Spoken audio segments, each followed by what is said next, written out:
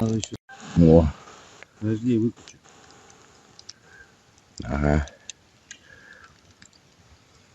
Давай. Дудку ждешь, смотри. Дудка горит. Да, да.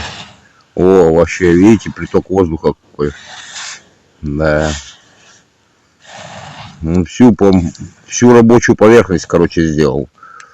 Костра. Получается так. Вот дудочку такую.